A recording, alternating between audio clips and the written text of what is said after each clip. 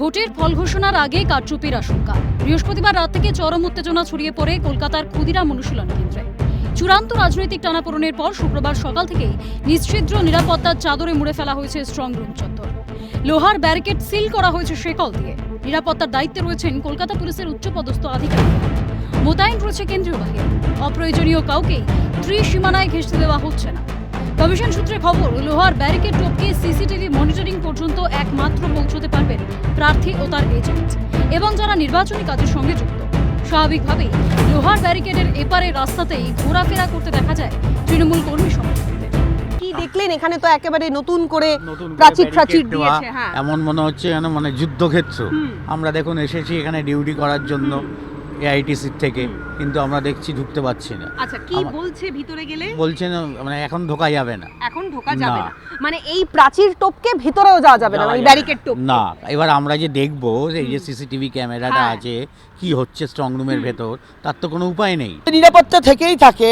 কালকে যে এই ব্যারিকেডটা ছিল না, আজকে এই ব্যারিকেডটা পড়লো কেন? যদি নিরাপত্তায় থেকে থাকে, ওরা যদি বলছে যে এরা যখন সবকিছু ঠিকঠাক রয়েছে, তাহলে সিসিটিভি দেখতে দিচ্ছে না কেন? ফুটেজ আমাদের তৃণমূল কর্মী সমর্থকেরা বলছেন যে যেখানে সিসিটিভি রয়েছে, অর্থাৎ যে অংশে মনিটরিং রয়েছে, সেই অংশ পর্যন্ত তাদেরকে অ্যালাউ করা হোক, যাতে ভিতরে কি গোটা বিষয়টা হচ্ছে তা যেন তারা নজরদারির মধ্যে রাখতে পারেন। কিন্তু যেহেতু এখানে লোহার ব্যারিকেড করে দেওয়া হয়েছে, ফলে ভিতরে কাউকে প্রবেশ করতে দেওয়া হচ্ছে না। মূলত কমিশনের প্রতিনিধি এবং তার সঙ্গে সঙ্গে যারা অফিসাররা রয়েছেন, তারাই একমাত্র, অর্থাৎ নির্বাচনের কাজের সঙ্গে যুক্ত বা গণনা কেন্দ্রে যারা থাকতে পারবেন, যাদের ছাড়পত্র রয়েছে, তারাই একমাত্র কিউআর কোড দেখিয়ে ভিতরে প্রবেশ করতে পারবেন, এমনটাই এখনো পর্যন্ত প্রশাসনের তরফ থেকে বলা হচ্ছে। এই বিতর্কের মাঝেই শুক্রবার সকালে ফের স্ট্রং রুম পরিদর্শন করেন বেলেঘাটার তৃণমূল প্রার্থী কুণাল ঘোষ। পরে সংবাদ মাধ্যমের মুখোমুখি হয়ে তিনি বলেন, একটা অন্ধকার ঘুটঘুটে ঘর, এখানে নাকি বিদ্যুতের আলো দেওয়া যাবে না, ব্যাটারির আলোতে কিছু দেখা যাচ্ছে না, তার মধ্যে কিভাবে বাছাই হচ্ছে কে জানে। এতেই দানা বাঁধছে সন্দেহ। চূড়ান্ত অন্ধকার, ওখানে বলছে পাওয়ার দেওয়ার নাকি নিয়ম নেই। কয়েকটা ব্যাটারির আলোয় একটা ঘুটঘুটে অন্ধকারের মধ্যে কয়েকজন লোক একটা গরমে সেখানে হাতে হাতে ব্যালট এদিক ওদিক, কে কি বুঝবে ওখানে? তো অনেকগুলি কেন্দ্র, এটা শুধু বেলেঘাটার বিষয় নয়, এখান থেকে অনেকগুলি কেন্দ্রের পোস্টাল ব্যালট সেগ্রিগেশনের পর বিভিন্ন জায়গায় পাঠাবেন ওরা বলছেন। ফলে যখন আরেকবার মুভমেন্টের সম্ভাবনা আছে, ফলে যেসব বিল্ডিং থেকে যখন গাড়ি আসবে এবং বক্সটা যখন ভেতরে খোলা হবে, আমি দাবি করেছি যে ওই সময় আমাদের প্রার্থীদের যে দলের যারা মনে করবেন, জানি যে ইসির কারচুপির আশঙ্কা থাকছে, ফলে আমরা আমাদের এজেন্ট, আমাদের প্রতিনিধিকে বিকেলে যদি আবার মুভমেন্ট হয় তাদের ভেতরে রাখবো। কারণ এটা তো একটা দুর্গ করে দিয়েছে। তার কারণ হচ্ছে কালকে ওদের যে বড় ভুলটা হয়েছে, আমি কারচুপির চেষ্টা শব্দটা একটু বেশি কঠিন, আমি হয়তো ব্যবহার করলাম না। কারচুপির চেষ্টা আমাদের আশঙ্কা, কিন্তু একটা বড় ভুল হয়েছে। কাউকে কিছু না জানিয়ে ভেতরে লোক ঢুকিয়ে কাজ করছেন, তো ফলে সেটা আমরা প্রতিবাদ করেছি। সেই প্রতিবাদে ইসিরও জ্বলন হয়েছে, আর ইসি যাদের হয়ে কাজ করে, যাদের দলদাস, বিজেপিরও জ্বলন হয়েছে। কমিশনের ভূমিকায় তৃণমূল যে খুব একটা খুশি নয়, তা কুণাল ঘোষের কথা থেকেই স্পষ্ট। একই সঙ্গে বিজেপিকেও নিশানা করেন বেলেঘাটার তৃণমূল প্রার্থী। এছাড়া সরকারি অ্যাগ্রিডিটেশন কার্ড হোল্ডার সাংবাদিকদের সিসিটিভি দেখতে দেওয়ার দাবিও জানিয়েছেন কুণাল ঘোষ।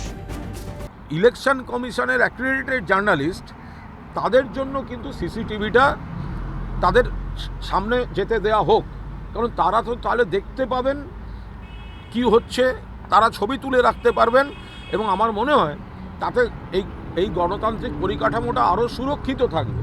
ওদের আদৌ ছিলও, কিন্তু জবরদস্তির একটা নাটক করার হয়েছে, ওতে কোনো আসা যাওয়ার নেই। অন্যদিকে শ্যামপুকুর কেন্দ্রীয় তৃণমূল প্রার্থী শশী পাজার অভিযোগ, আমরাই দেখতে পেলাম না সিসিটিভি, তাহলে দীর্ঘ 12 ঘন্টা ধরে কি হলো ভেতরে? পুরোটাই অজানা রয়ে গেল। বিজেপি এজেন্ট ভেতরে ঢুকেছে কি করে? সিসিটিভি ক্যামেরা পর্যন্ত পৌঁছলেন কি করে? প্রশ্ন তুলে সরব প্রার্থী, পাল্টা মুখ খুলেছে বিজেপিও। টানা 12 ঘন্টা প্রায়, কিন্তু ক্যামেরাগুলো আমরা দেখতে পেলাম না, যেটা কিন্তু প্রত্যেকটি রাজনৈতিক দলের অধিকার। আপনারা তো কার্ড এই আরম্ভ করছেন ইস্যু করতে, তাই তো? এর আগে ইস্যু হয়নি, মানে ধরুন। আমার একটাই প্রশ্ন, এখানে বলছে যে ওখানে বিজেপির এজেন্টরা রয়েছেন, তাই কি?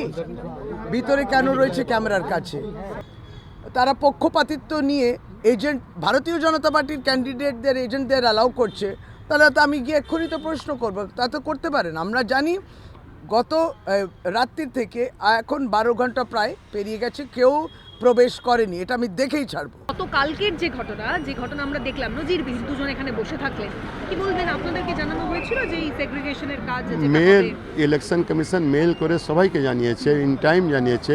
ওরা যদি মেল পড়তে না পারে ওখানে ওই জন্য ইলেকশন কমিশন কি করবে? জট কাটাতে কমিশনের তরফে নেতাজি ইন্ডোর থেকে আই কার্ড সংগ্রহের কথা বলা হয়। কার্ড ইস্যু করেন ডিও নর্থ স্মিতা পান্ডে। সেই কার্ড দেখিয়ে সিসিটিভি মনিটরিং পর্যন্ত পৌঁছতে পারবেন বিভিন্ন রাজনৈতিক দলের প্রার্থী সহ এজেন্টরা। এমনি সিসিটিভি দেখার জন্য কিছু আই কার্ড এখনই ইস্যু করা হয়েছে, আর বাকি যে ক্যান্ডিডেট আর ইলেকশন এজেন্ট আছেন ওনাদের আগেই আই কার্ড ইস্যু করা হয়েছে। বাইরে নিরাপত্তার দায়িত্বে রয়েছেন কলকাতা পুলিশের আধিকারিকেরা। যারা প্রবেশ করছেন তাদেরকে নির্দিষ্ট পরিচয়পত্র দেখিয়ে তবেই কিন্তু ভিতরে অ্যালাউ করা হচ্ছে। আর এখানেই ফের সুর ছড়াচ্ছেন যারা তৃণমূল কর্মী সমর্থকেরা রয়েছেন তারা, অর্থাৎ সিসিটিভির যে মনিটরিং সিস্টেম রয়েছে তত পর্যন্ত তাদেরকে কেন অ্যাক্সেস দেওয়া হলো না, এই নিয়ে ফের তারা প্রশ্ন তুলছেন।